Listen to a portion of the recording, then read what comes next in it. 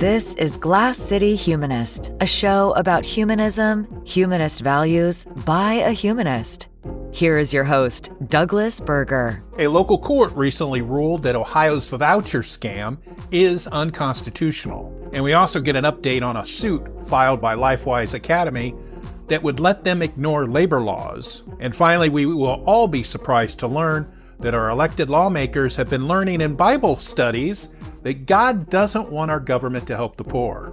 Glass City Humanist is an outreach project of the secular humanists of Western Lake Erie, building community through compassion and reason for a better tomorrow.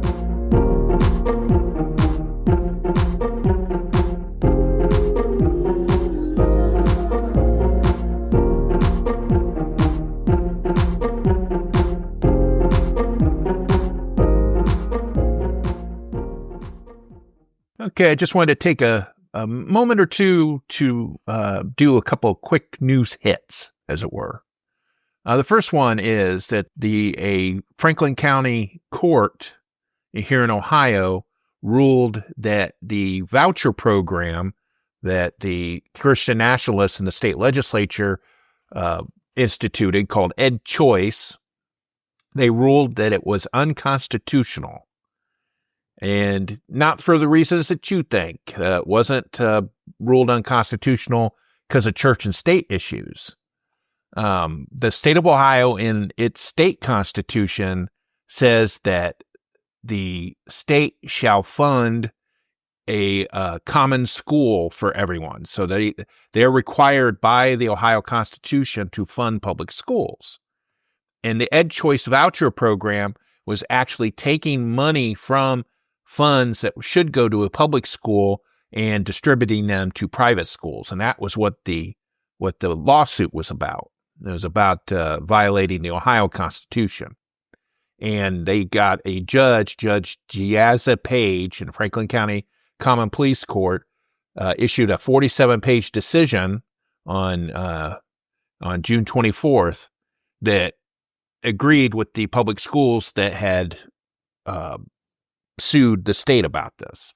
And here's a comment from the judge's decision. It says, the plaintiffs submit that the EdChoice program unconstitutionally creates a second system of uncommon private schools in violation of Article 4, Section 2 of the Ohio Constitution, wrote Page. Defendants argue that EdChoice is not unconstitutional because the state has always funded private schools. Though this may be true, the state may not fund private schools at the expense of public schools or in a manner that undermines its obligation to public education. And so that was a very good decision, because that's exactly how I've always imagined that this voucher program operates. Is it takes money from public schools that should be going to public schools. If they want to create a fund to fund private schools that are separate from public school funds, great. But they haven't been doing that, and they've been doing more so recently. Up until this point, almost $1 billion has been shunted over to private schools. And in the proposed state budget that's still being discussed this week, they want to cut $500 million from public schools. So I think that's wrong, and in this case, the court agreed that the Ohio's voucher program was unconstitutional. Now, we know that the Christian nationalists and the other conservatives are going to fight this tooth and nail. So this was just the first round, and that's what a member of the Vouchers Hurt Ohio lawsuit said in a statement. It says, we've always known that the Vouchers Hurt Ohio lawsuit will be a match of 3 rounds, and today we won round 1, said Dan Heinz, a member of the Cleveland Heights University Board of Education. That district was one of the first to join Vouchers Hurt Ohio and is among the lead plaintiffs in the lawsuit.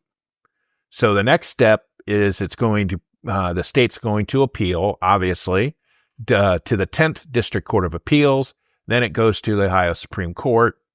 And yes, the Ohio Supreme Court is dominated by Republicans, but the lawsuit people, they're not worried about the high court tossing the case because it should be pretty obvious what the language in the Constitution says, and it is. And so that's a good thing.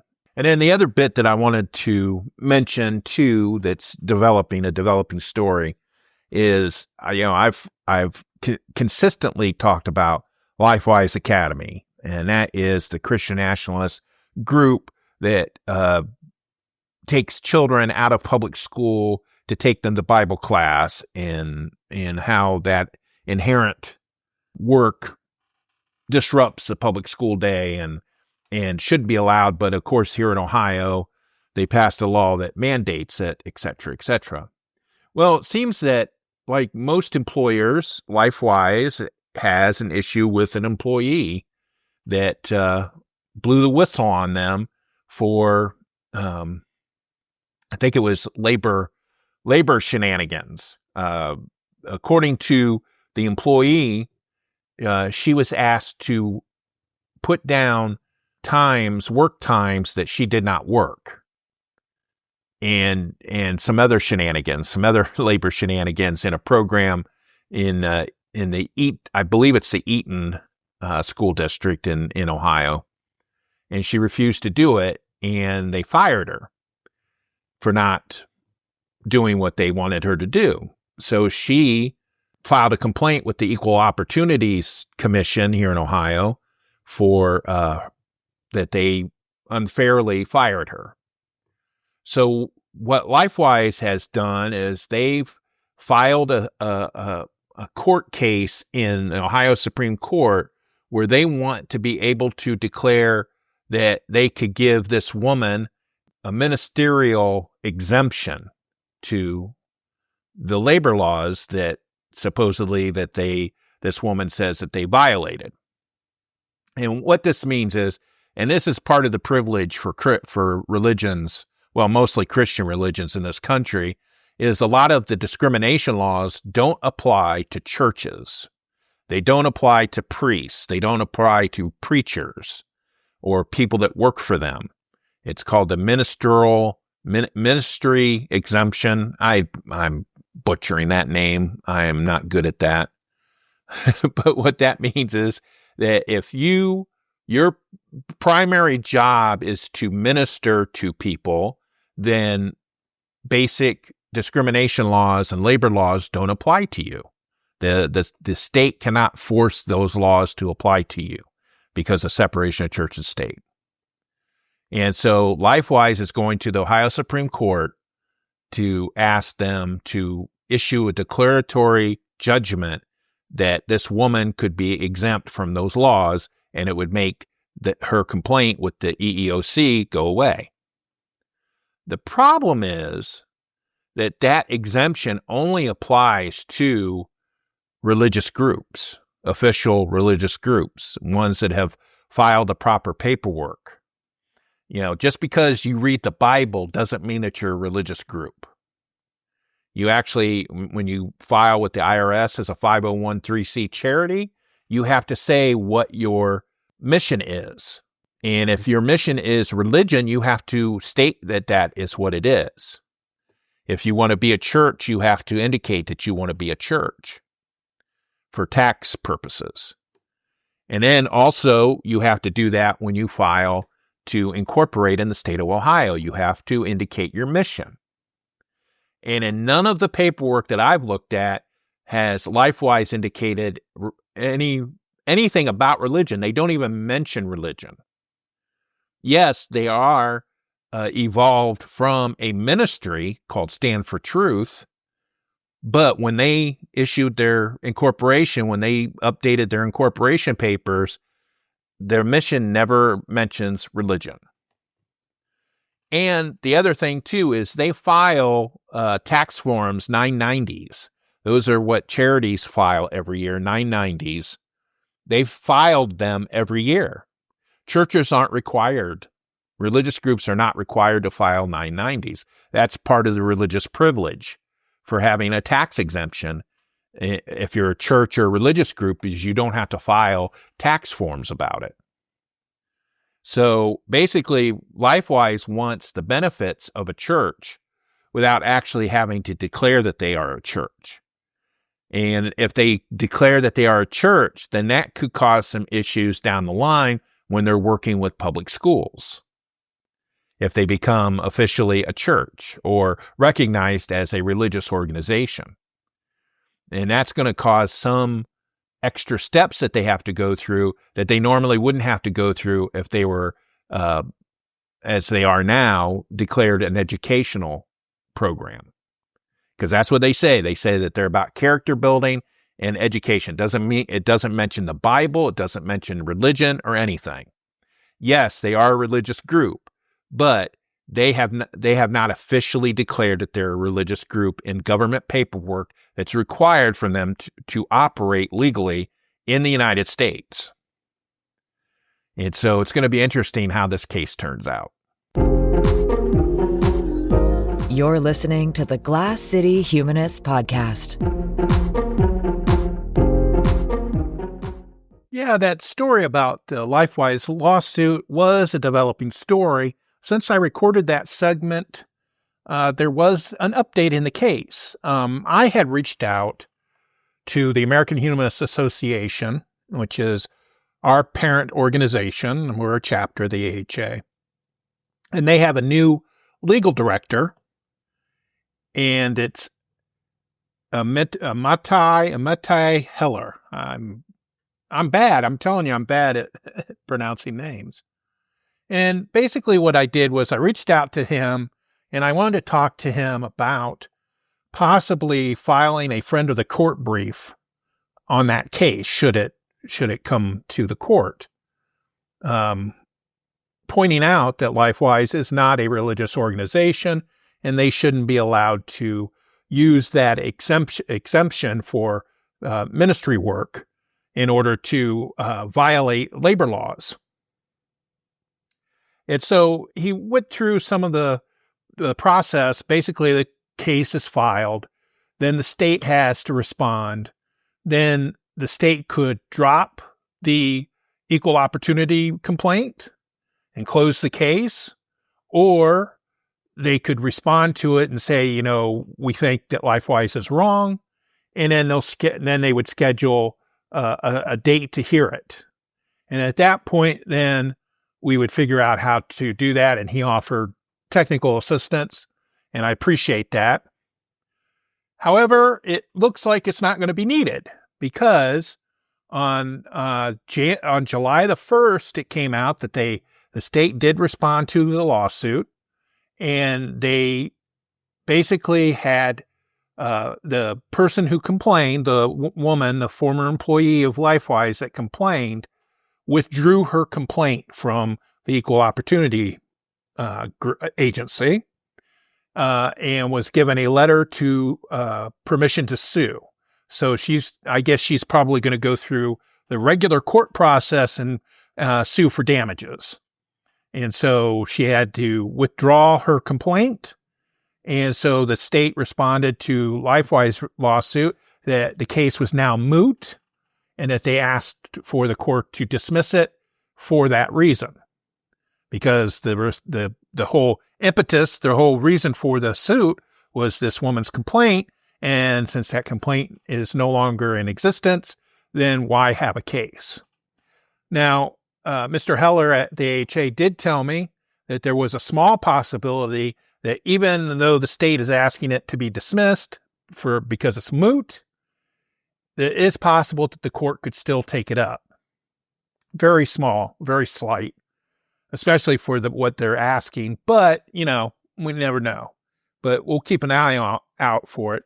But what was interesting is in the state's response, they didn't respond to the point about having the exemption. They thought that was a valid question, that they didn't think LifeWise qualified as well, because one of the complaints that LifeWise made in their lawsuit was saying that the Equal Opportunity Commission didn't have jurisdiction because of that.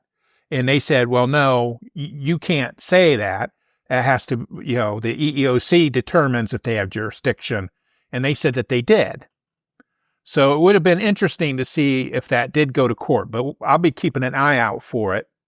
I do want to thank, again, Mr. Heller at the AHA. He's just got hired in within the last few weeks, and they have a very small legal office. It's him and a part-time assistant.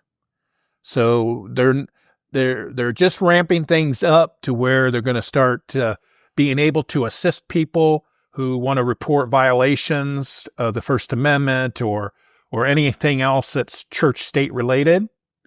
I heard him speak virtually during the AHA conference, and he was talking about that he's worked a lot with civil rights issues. He was helping in Louisiana for children with disability issues, making sure that they got the services and benefits that they were due them through the state. So I'm very confident that he knows what he's doing. And he was very interested in what I had to say. And there was another issue that we talked about. I think I've mentioned it before about LifeWise, where the state unilaterally decided to reimburse schools for school lunches that LifeWise students would take to their Bible class. And that is in contrary to USDA regulations, the federal government that gives the state money to reimburse for school lunches. And so he was very interested in that question. So we'll see how that turns out. He's going to do some research on that and see what the issues are. But I just wanted to give an update on that LifeWise lawsuit. Again, it's possibly going to go away because it's moot, but there's a slight chance that the state Supreme Court could possibly still take it up.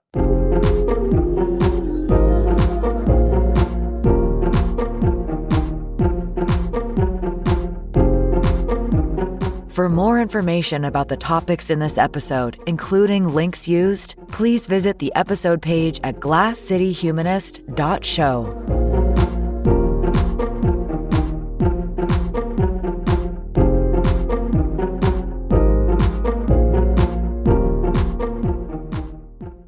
If you are a regular listener to this podcast, and if you are, thank you very much, or if you're kind of familiar or with a passing familiarity with the content that I do here, you know that I've been talking about Christian nationalism and the violations of separation of church and state that we see going on all the time.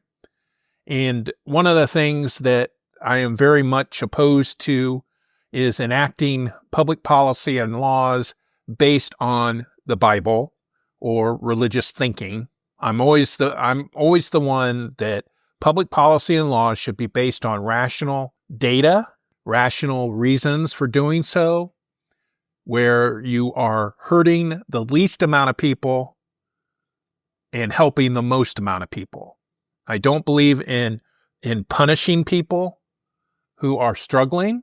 Unfortunately, the U.S. Congress, which is dominated, or at least a majority of Republicans, passed the President Trump's tax cuts, which in order to pay for them, they are cutting Medicaid and food stamps and environmental stuff and a whole host of other social justice priorities they are cutting in order to give people with the least amount to lose tax cuts.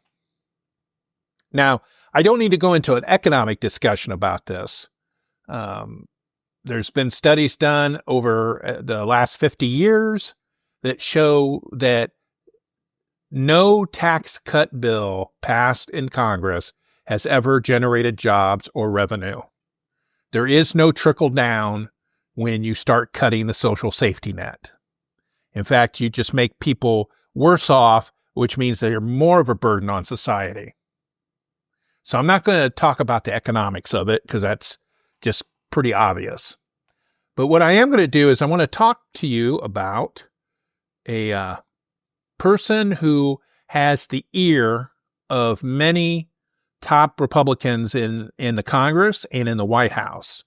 His name is Pastor Ralph Drollinger. He is the founder and leader of Capitol Ministries, Capitol. So it's like the U.S. Capitol. And what he provides, the service that he provides, are Bible study classes for Congress people, senators, cabinet members, agency heads, and he performs them regularly. And so he did a Bible study, where basically the title of the study guide was God's Design for a Societal Safety Net.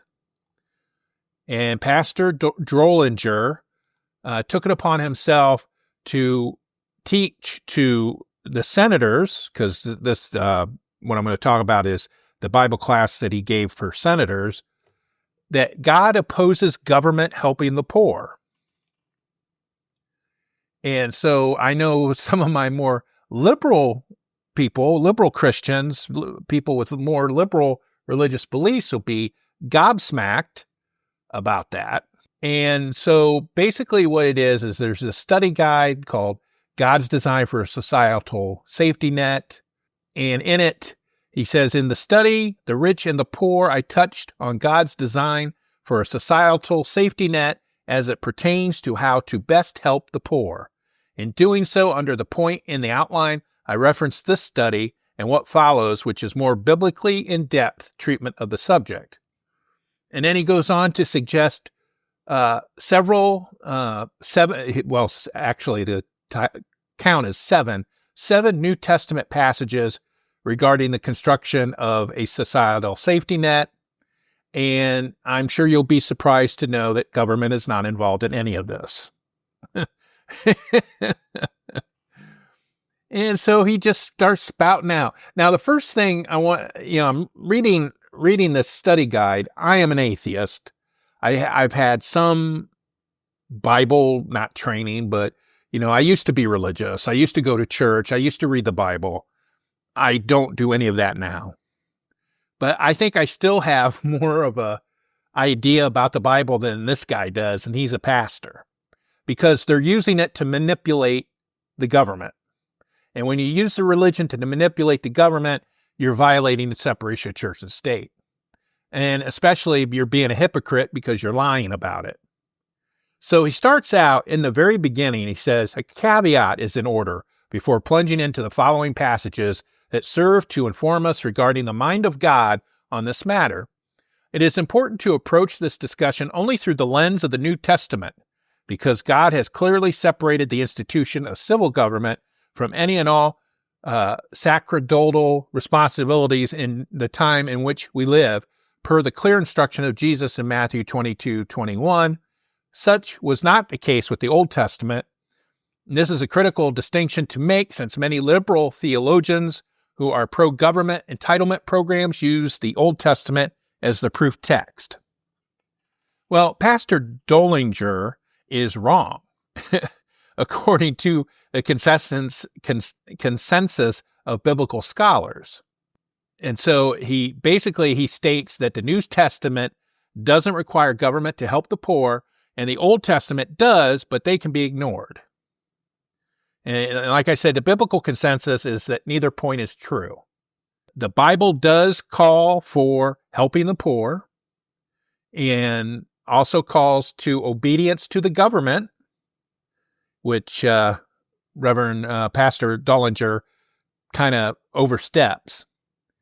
And so what is the pastor's agenda? Well, basically, it's the old standby conservative politicians look that the government should not be helping the poor.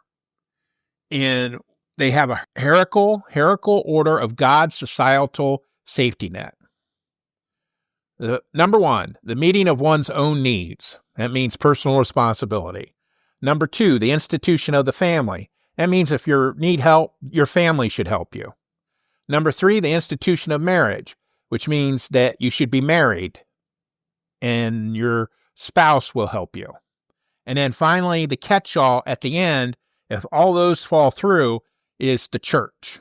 And this is just standard conservative political rhetoric that you should help yourself.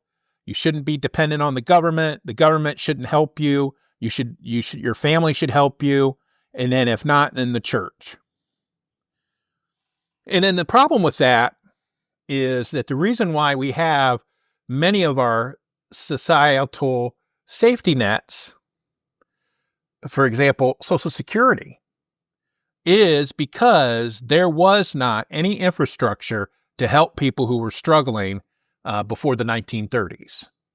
Because you were expected to help yourself or have your family help you, or if not, then the church or some other charity. And that was breaking down. One of the impetuses of creating Social Security back in the 1930s was how bad the Depression was for elderly people who had no families. They were basically living in shacks. They weren't able to work. They might have had disabilities, health issues, and many of them died because they had no help. And people thought, we should use some tax dollars and put together a program and at least give these people money to basically live so that they can be on their own. And we know that they're going to get healthy. They're going to take care of their health, and they're going to be able to eat and hopefully live in a decent place. The same with Medicare. That's why Medicare was created, so that people, particularly elderly people and the disabled, could get help that wasn't provided for in the community. The community has limited resources. Okay, think of it. This is how I explain it to some people sometimes.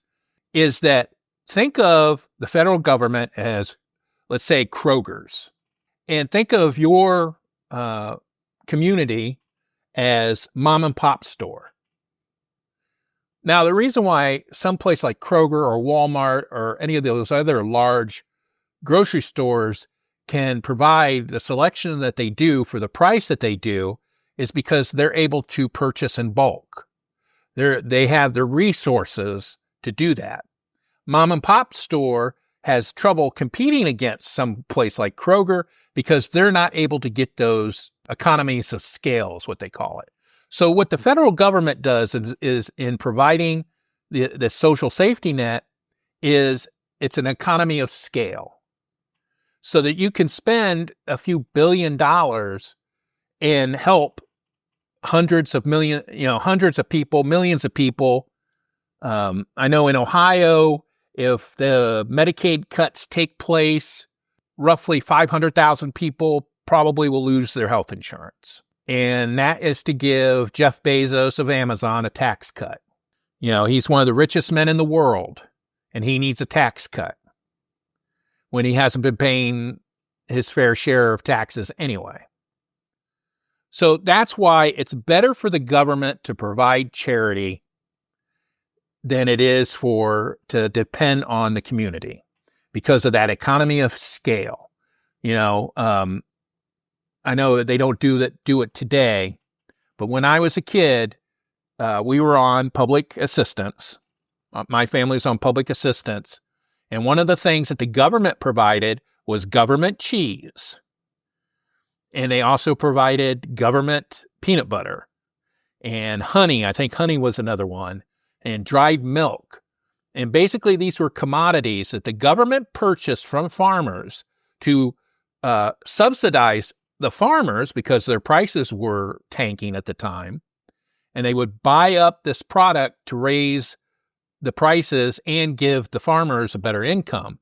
Then they would transfer these commodities to states and local food banks and welfare offices to distribute to people. So we would show up. I think when I was a kid, we used to go to the Salvation Army in Findlay and have to stand in line, and we had to prove that we were poor. We had to show our how much we were making, or I think they even had, some people had a card. And then they would give us a block of cheese, 5 pounds of cheese, and dried milk and honey and anything else that they had. And they would do this for everybody. Now that's the economy of scale. A local community could not do that.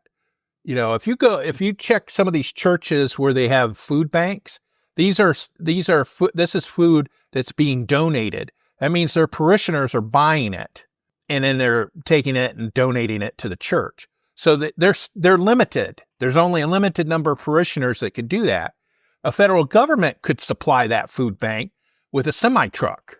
Anyway, I kind of went off on a little tangent there, but what I was trying to do was talk about this Pastor Dollinger in D.C., and he does this thing.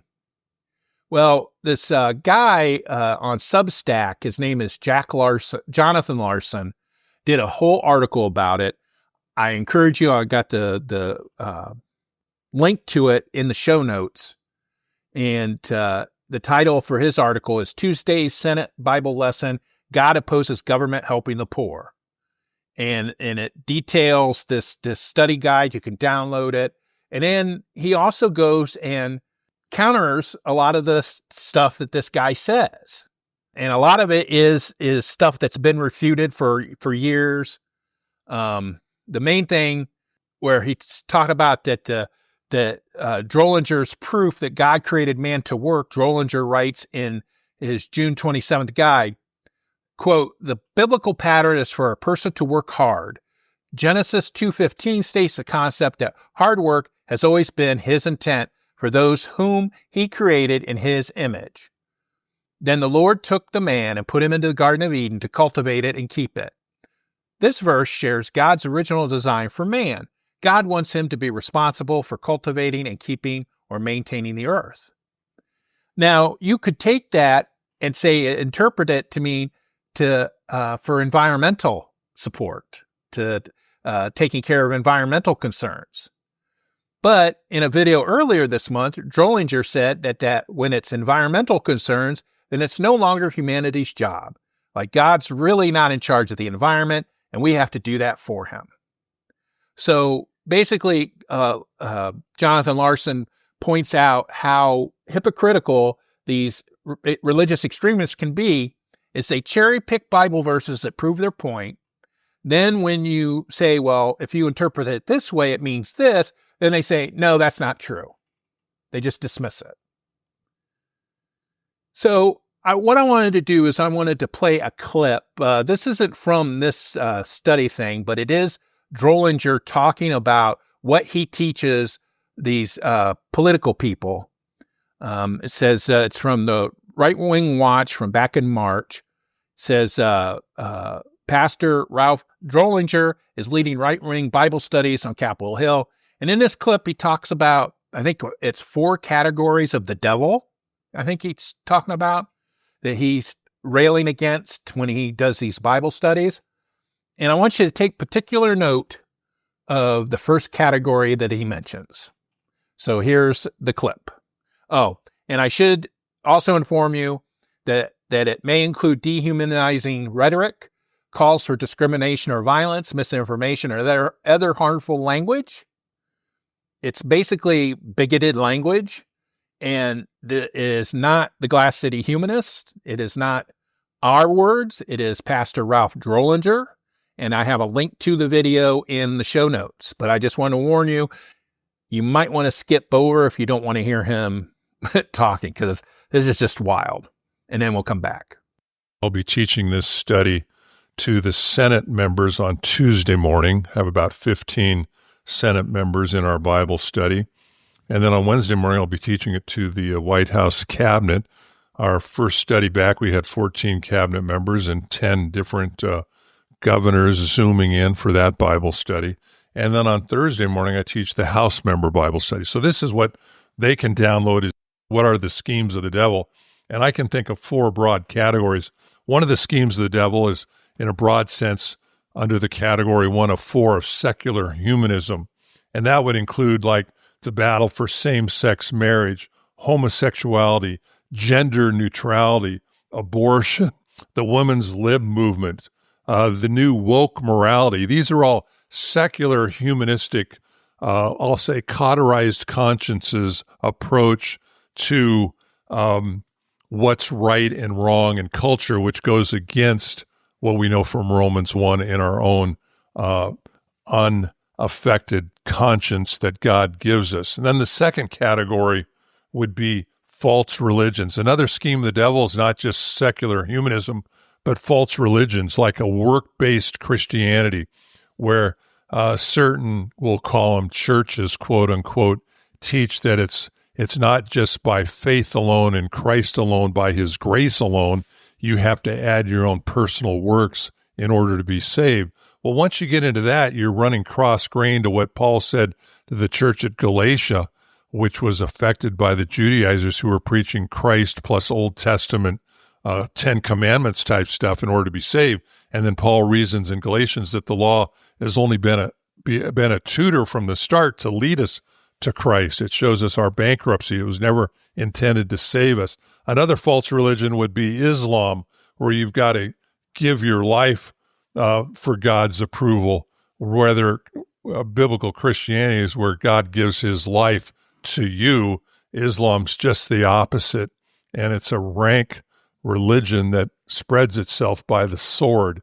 And then there's liberal Christianity, which isn't Christianity whatsoever, but it's the social gospelers who say, and they wear the same name on their shirt sleeve, this is one of Satan's schemes, but people who hold to a social gospel theological liberalism are not Christians whatsoever, but they'll come across like they are. But when you start examining their bibliology or any other doctrine of Scripture, you can see that it's contrary to what the Bible teaches. And then the third major category would be political ideologies, and we've already talked a little about that. There's political parties that will tie themselves to certain ideologies that are not tethered to Scripture. And so that's a scheme of the devil, is to empower political parties to promulgate political thought or political solutions that are contrary to Scripture, which lead a culture to bankruptcy. So if you didn't skip over it, or maybe if you did skip over what he was talking about, as he notes, in the first category of the devil, it's secular humanism. And he talks about because we support same-sex marriage. He says homosexual rights. Well, it's LGBT rights, gender identity, and woke stuff. And that's old. That's like from the 80s. This guy went to Bible school in the 80s. He played professional basketball, believe it or not, for one season in 1980. And then he went to Bible school. So he's learning this 1980s version of secular humanism. I mean, we support all that stuff, but to call us out as being evil and work of the devil, that is so 1980s. Now, the other thing I wanted to point out about this is this Capitol Ministries just isn't in D.C. Of course not, because a lot of these extremists, they like to percolate through the country and through the world. On their website, they proudly proclaim that they have Bible studies in almost all of the state capitals in the United States. And I did look it up, and yes, they do have one in Ohio, down in Columbus. It's run by two pastors, and basically they get free reign into the state house to have these Bible studies. Yeah, they're the pastors that are leading the Bible studies in Ohio is Pastor Brian Hansen and Pastor Brian Solomon. Now, the interesting thing is this was founded, the ministry in Columbus was founded in 2016, and our good buddy, the Reverend Gary Click, wrote a very nice thank you to them that they feature on their website.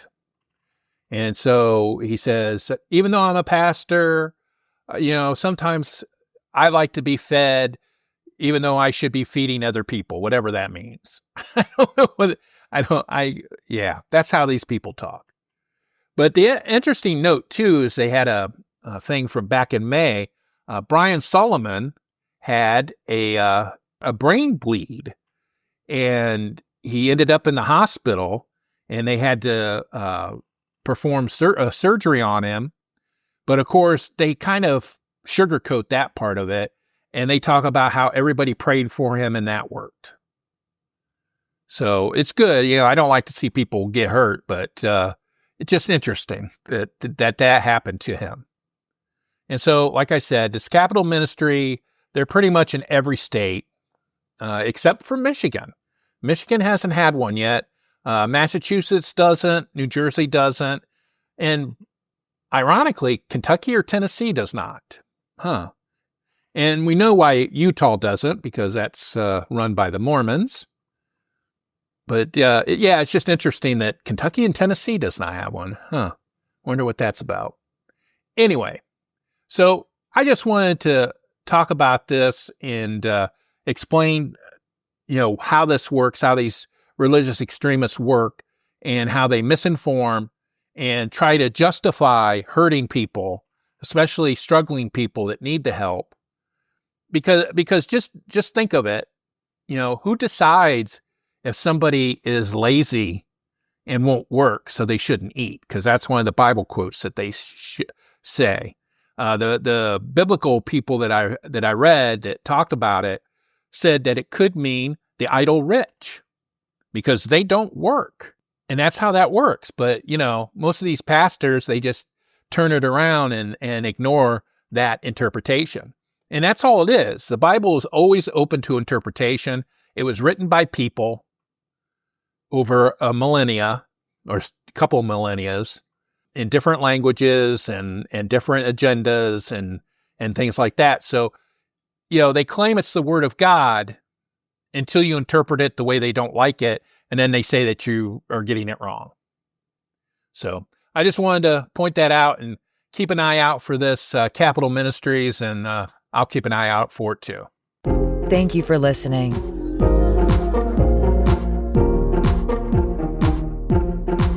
For more information about the topics in this episode, including links used, please visit the episode page at glasscityhumanist.show.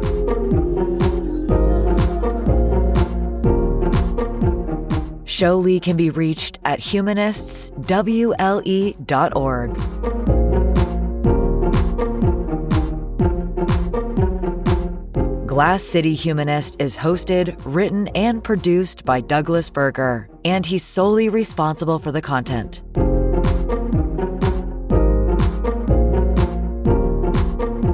Our theme music is Glass City Jam, composed using the Amplify Studio. See you next time.